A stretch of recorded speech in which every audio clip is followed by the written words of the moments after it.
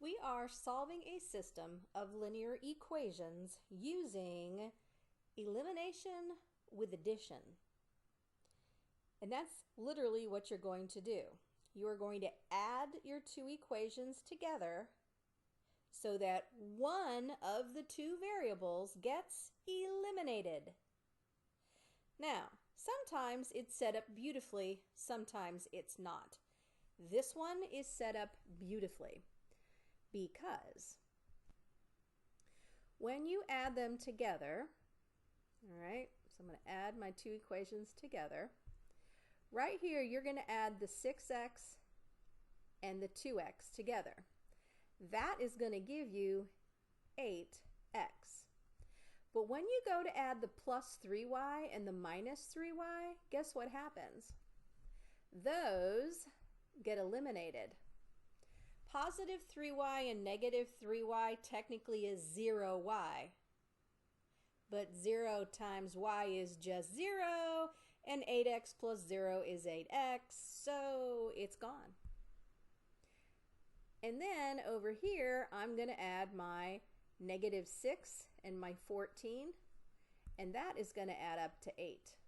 So what I'm left with is 8x equals 8, and then I'm going to divide both sides by 8 to figure out what x is. Of course, 8 divided by 8 is 1x, and 1x is 1 times x, which is just x, equals 8 divided by 8 is 1.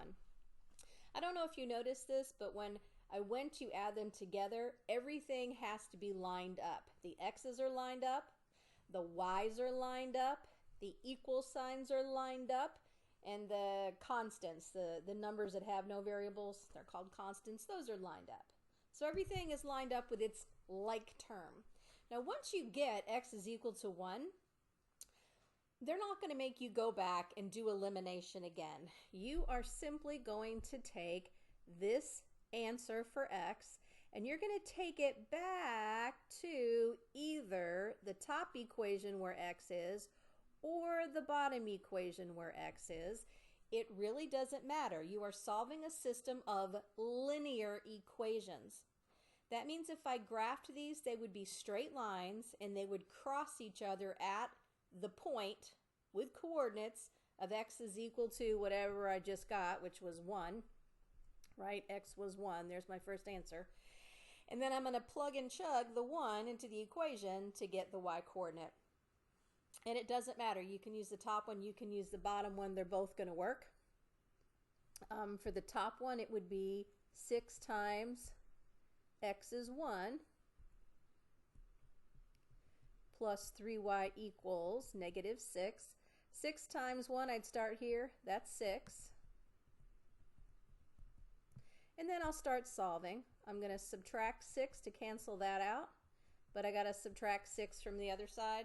What you do to one side of an equation, you have to do the same thing to the other. You got to keep that equality. It's just like a scale. If you take 6 pounds off one side, you got to take 6 pounds off the other to keep it in balance.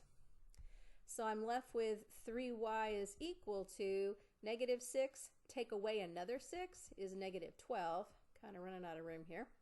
And then I'm going to take my 3y equals negative 12 and divide off the 3.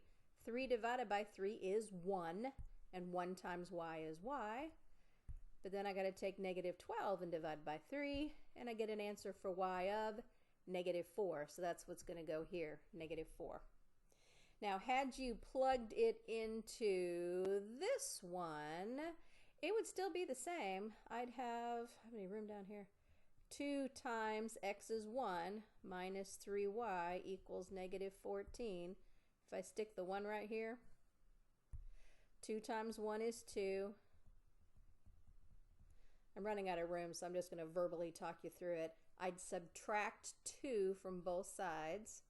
I'd be left with negative 3y on the left, and 14 minus 2 is 12. And of course, you divide by negative 3, and 12 divided by negative 3 is also negative 4. So it doesn't matter which one you stick it into. All right? Now, like I said earlier, or maybe I didn't, I don't remember. That one is set up perfectly where the y's automatically canceled out. Boom. that doesn't always happen. So I'm going to do another example on another video to show you what you have to do when that happens.